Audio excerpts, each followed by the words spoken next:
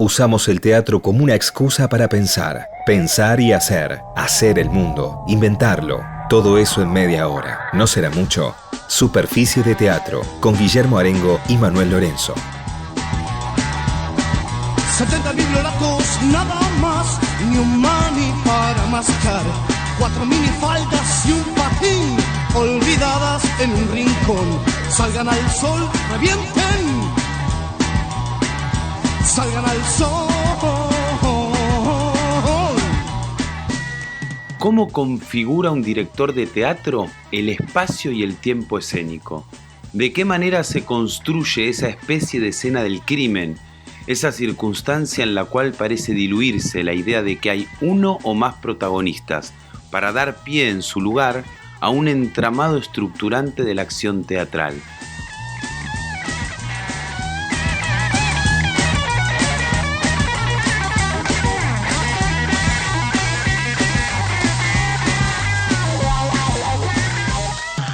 Ciro Sorsoli es un artista dedicado a la dirección teatral. También es actor y es docente en un territorio muy valioso como es el de la enseñanza pública. Es docente hace muchos años en la EMAD, en la Escuela Metropolitana de Arte Dramático. Por suerte tenemos esta noche acá a Ciro Sorsoli para escucharlo pensar algunas cuestiones acerca de su arte, que como dije hace un rato es la dirección teatral.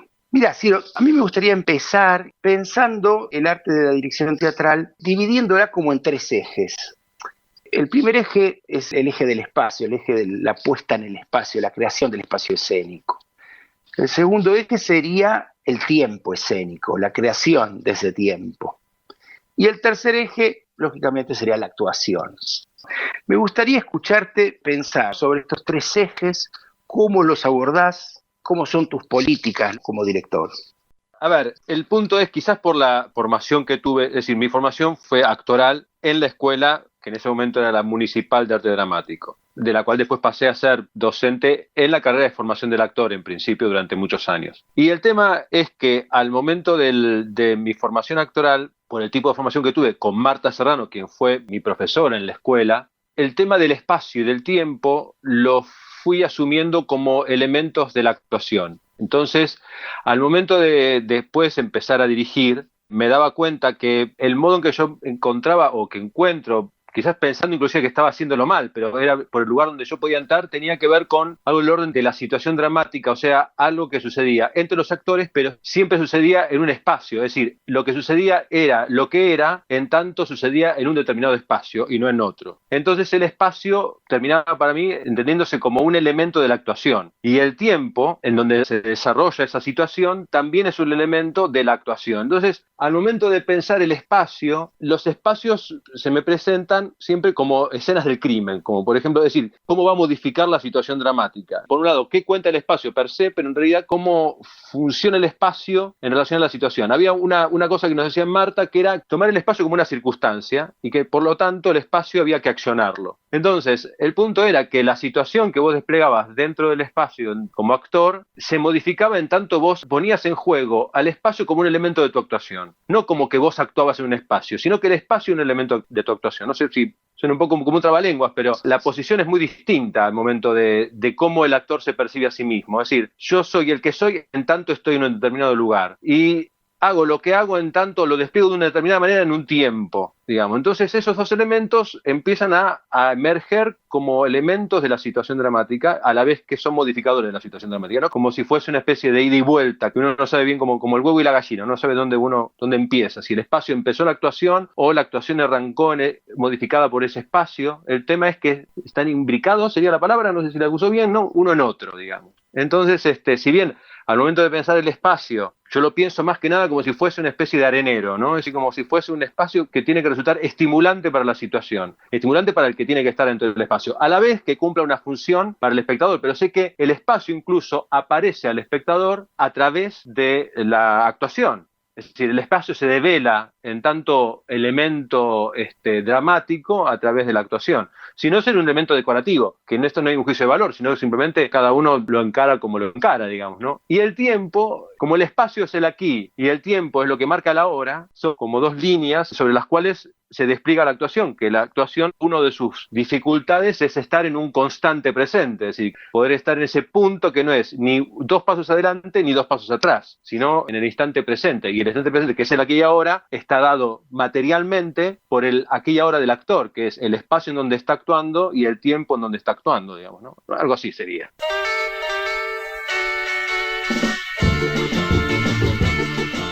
El Ministerio de Cultura, a través del Complejo Teatral de Buenos Aires, informa que desde el jueves 4 de junio a las 18 horas podrá verse un adelanto de Boquitas Pintadas de Manuel Puig, en versión y dirección de Renata Yuyen y Oscar Araiz, a través de la plataforma cultural En Casa y la página web del Complejo Teatral.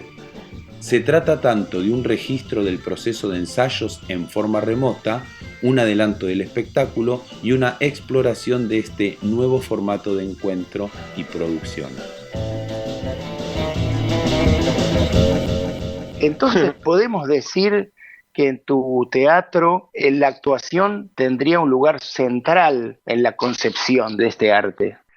Claro, es decir, el modo en que puedo comprender la situación es a través del suceso que es posible generar entre los actores en ese espacio, digamos. El espacio a mí me organiza dramáticamente. Para mí implica que es como un borde que a mí me permite imaginar algo y a la vez me permite desplegar eso con los actores. Por eso digo, me es imposible pensar la actuación sin el espacio. Para mí la actuación sucede en el aire que hay entre los actores con el espacio y los actores con los objetos.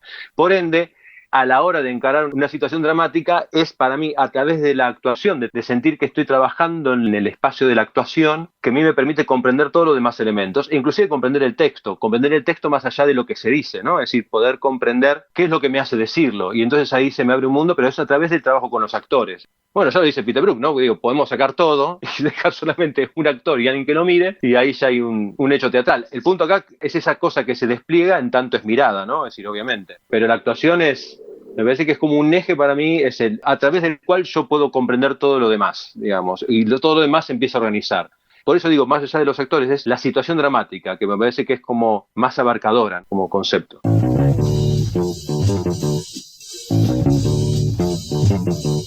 Estamos hablando con Ciro Sorsoli. En estas relaciones, que son como la máquina que te produce la dramaticidad en escena, me gustaría saber qué situaciones tienen mayor valor que otras, dramáticamente hablando, a partir de los resultados de estas relaciones. Vos pensás, hay una fiesta en donde hay un grupo de personas, gente conocida, digamos, y más o menos están distribuidos por un espacio, digamos, cada uno en la mesa de dulces, o unos tomando o algo en el balcón, qué sé yo, y hay un punto en donde hay algo que, no por ser consciente, sino por la pura percepción, uno va organizándose en ese espacio y de pronto van sucediendo cosas en donde de pronto hay un par, no sé, que se ponen a bailar, pero a mí lo que me parece interesante a la hora de pensarlo dramáticamente es que eso que se manifiesta ahí en realidad es un emergente del conjunto, en donde en realidad se manifiesta ahí, pero no porque el otro esté en un segundo plano, sino porque hay un otro que de pronto está acodado en una mesa mirando y a la vez eso que emerge, él lo está sosteniendo desde su punto. Es decir, es como un emergente inclusive dentro de su propia red en la cual está siendo partícipe. Es como de pronto uno podría empezar como a abolir un poco la idea de protagonista, ponele, si se quiere, digo, ciertas categorías que me parece que son.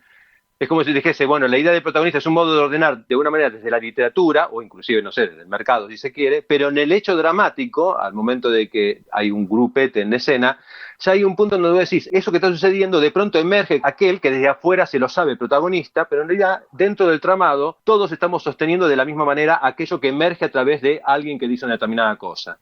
Entonces, empieza a generarse como una red en la cual vos no terminás siendo el responsable de lo que tenés que decir, sino que en realidad yo soy responsable de hacértelo decir. Por ende, tu actuación, es decir, yo soy tan responsable como vos, más allá de que a vos te toque determinar rol o te toque llevar adelante determinada acción, soy tan responsable como vos, o más, de hacer que suceda.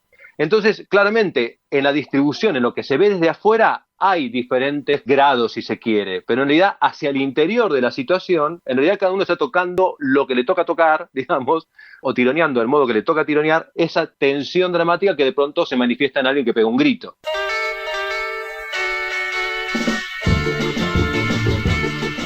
El Instituto Nacional del Teatro lanza el concurso Dramaturgias escritas por mujeres.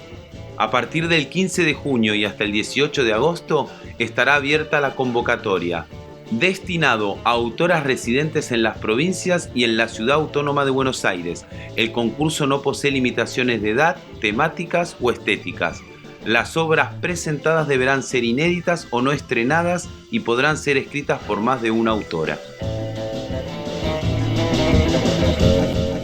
El punto es que a veces cuando esa tensión con el correr de las funciones, o porque básicamente no se consiguió ese tramado entre los actores a nivel de la actuación, digo, bueno, se puede suplir con expresividad, con eficacia expresiva, si se quiere. ¿Entendés lo que quiero decir? Con el oficio.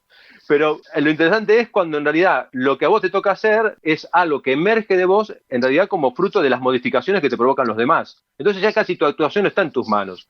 Después, lo interesante, a mí me parece lo fascinante, es que en la medida en que la gente está permeable a dejarse modificar, cualquier variación que vos provocás, si todos estamos permeables, no conscientes, sino permeables a percibir esas modificaciones, claramente la situación va cambiando su carácter y capaz que va encontrando el punto que nos interesa. Pero capaz que la variación la buscás no por el lado de, más que la buscás por el lado de generar esas modificaciones de lo perceptivo que como consecuencia van a generar una modificación en la acción.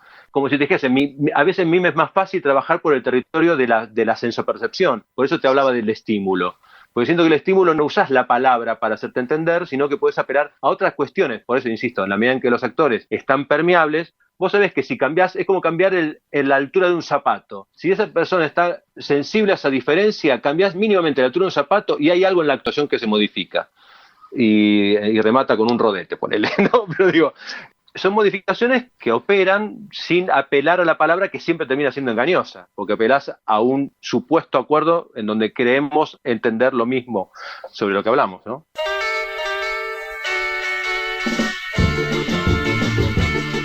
A partir del miércoles 17 de junio a las 20 horas y hasta el sábado 27 de junio inclusive, estará disponible en el Cervantes Online Locos Recuerdos, de Hugo Midón, dirección musical Carlo Gianni, adaptación y dirección Lala Mendía.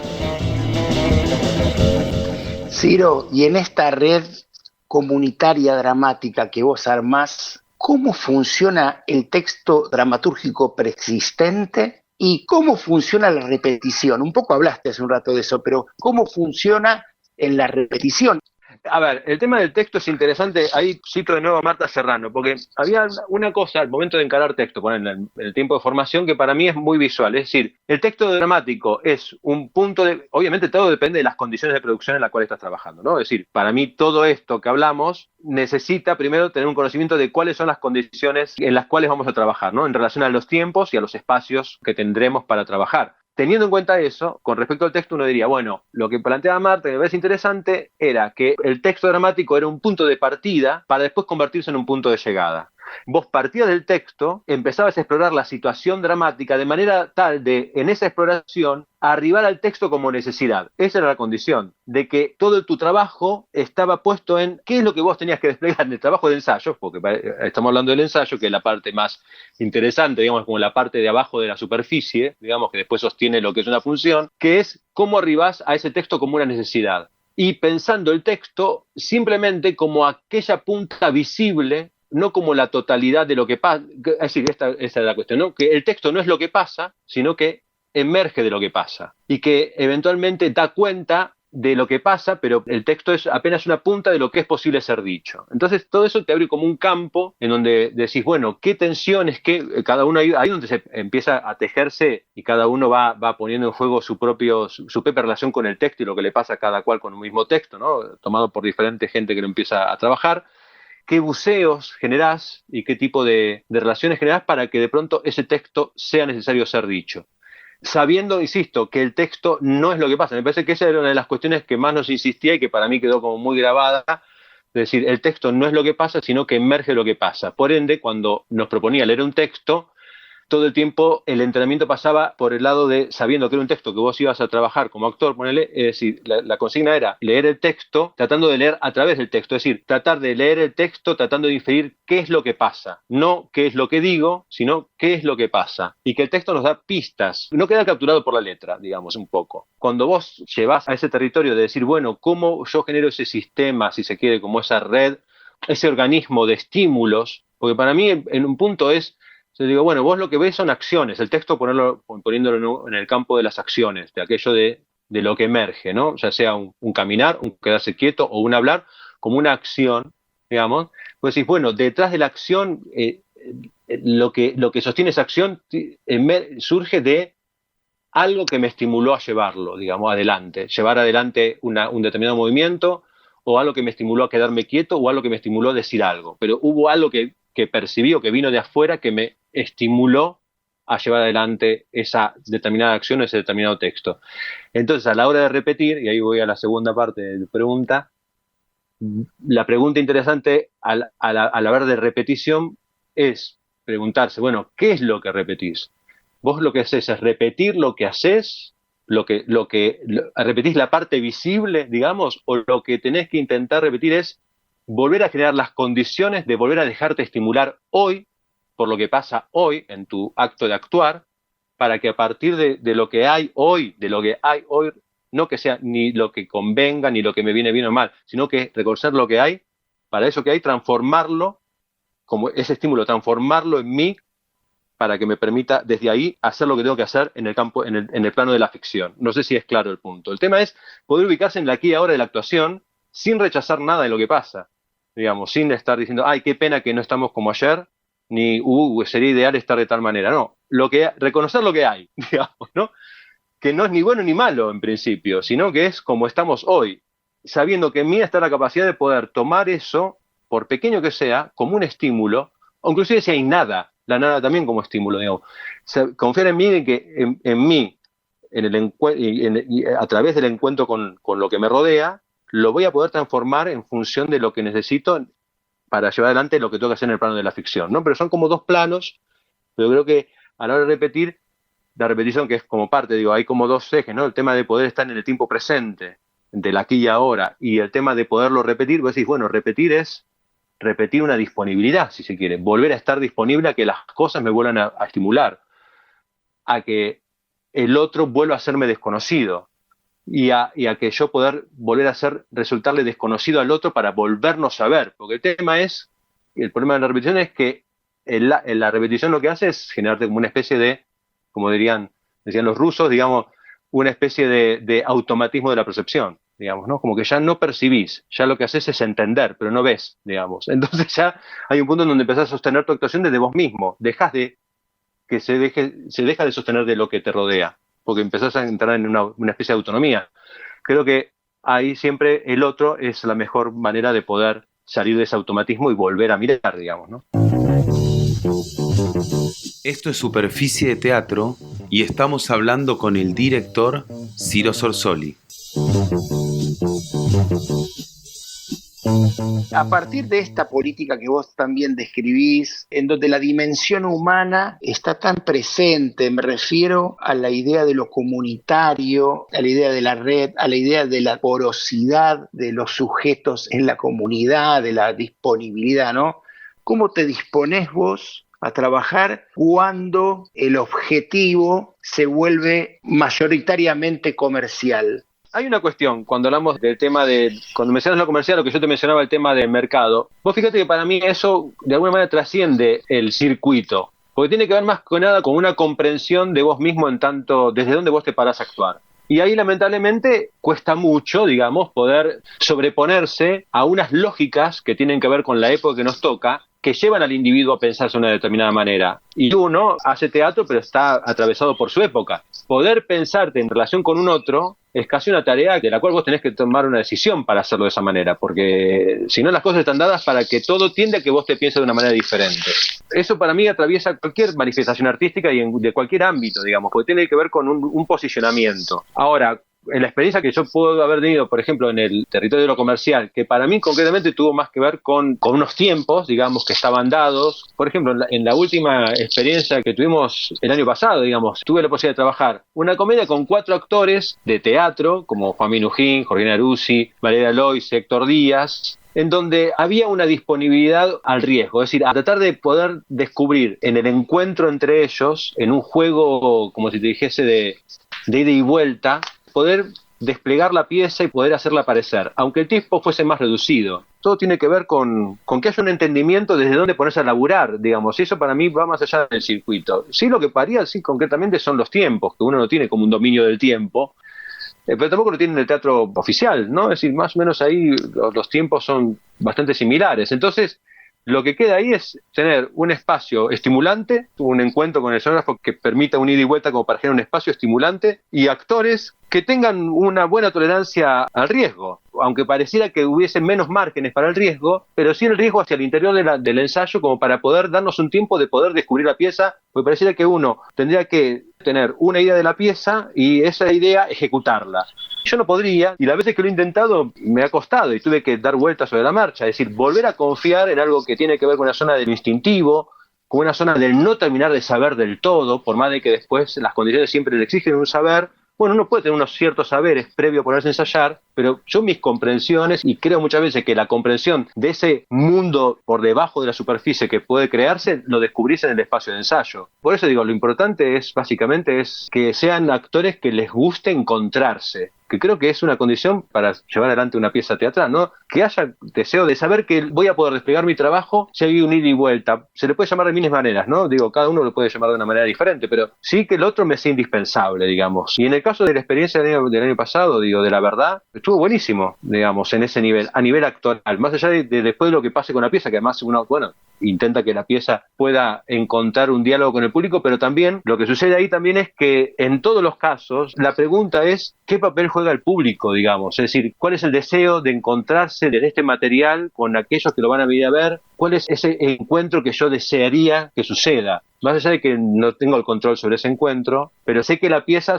en realidad sucede como fenómeno teatral entre el escenario y la platea, ni siquiera en el escenario, es entre eso que pasa entre los que miran y esos que hacen. Y hay algo ahí que si uno confía, más allá del circuito hay algo muy primario que puede ponerse en juego, muy primario del hecho teatral, que, no sé, trato de confiar de que si eso sucede, hay algo que va a estar bueno, me parece.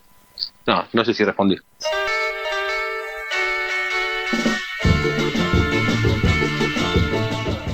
La Universidad Nacional de las Artes generó una plataforma de contenidos abiertos para la comunidad.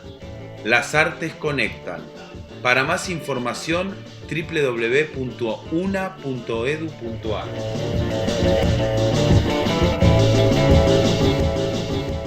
Para terminar, quiero hacerte hablar un poco sobre tu rol docente. Me gustaría preguntarte esto. ¿Los alumnos saben? Sí, claro. Para mí hay un punto en donde hay unos saberes que a lo sumo me cuesta pensarlo en términos de transmisión de conocimiento. Entonces, muchas veces yo me presento como un egresado de la EMAD, como docente egresado, digamos. Entonces, cuando puedo estar atento a esa condición de egresado, trato de reflexionar sobre lo que fue mi propia formación. Y entonces tengo que admitir que mucho de mi formación sucedió como si te dijese fuera de horno, digamos. Es decir, empecé a comprender muchas cosas luego del tiempo en el cual estaba circunscripta la formación. Porque tiene que ver con cosas que van decantando con el tiempo y con experiencias a través de las cuales uno va transitando, digamos. Entonces, volviendo a este concepto de la experiencia, yo creo que puedo llevar adelante son experiencias que como consecuencia generarán algún tipo de aprendizaje, develarán algunas cuestiones que creo en un punto están en cada uno. Por ejemplo, recientemente tuve la suerte que me invitaran para estar en otra carrera de la EMAD que es puesta en escena. Entonces, una de las cosas que me parecía interesante era hacer un foco durante un tiempo en lo que tiene que ver con qué mirás cuando mirás. Empezar a comprender la mirada, cómo mirás lo que te rodea, empezar a comprender que tu mirada genera recortes, de que tu mirada de pronto puede ampliar o empezar a mirar desde otras perspectivas, cambiar los puntos de vista, pero no porque vos a partir de ahí entiendas o aprendas algo que no sabías, sino que simplemente descubras cosas que en algún punto están en tu campo de la percepción. Simplemente lo que sucede es que ahora lo que estamos haciendo es desmenuzarlas y ponerlas a la luz.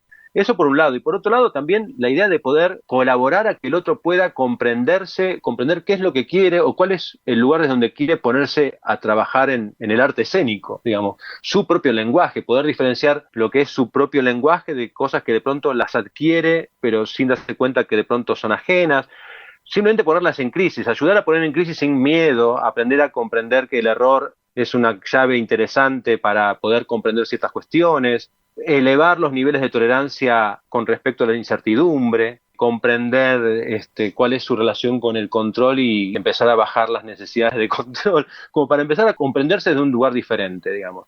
Creo que después es la pura experiencia, creo que es eso, bajarle un poco los riesgos al error como para que uno pueda entrenarse dentro de un espacio protegido como es una escuela de formación, que no deja de ser un espacio protegido, para que uno pueda ahí experimentar. Pero es una experiencia pedagógica, ¿no? Me parece que la experiencia pedagógica me termina resultando muy nutritiva a mí y como consecuencia creo que puede resultar nutritiva, por ahí sería.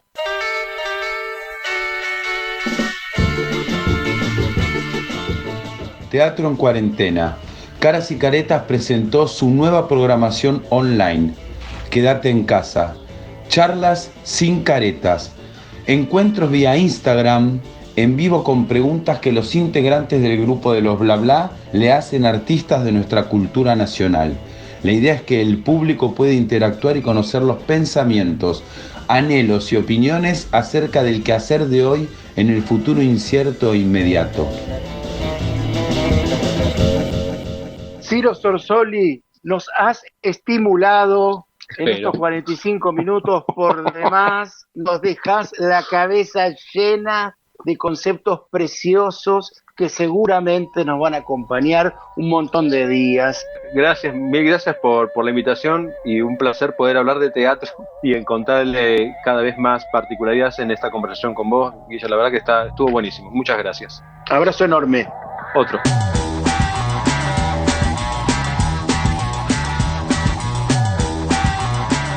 Y así, Ciro Sorsoli, después de habernos modificado casi sin darnos la altura de los zapatos, como si nos hubiese demostrado que las palabras son, en definitiva, engañosas, nos deja con la sensación, como bien nos advirtió, de que un texto, como el que él aquí derramó a través de su voz, es a la vez un punto de partida y un punto de llegada.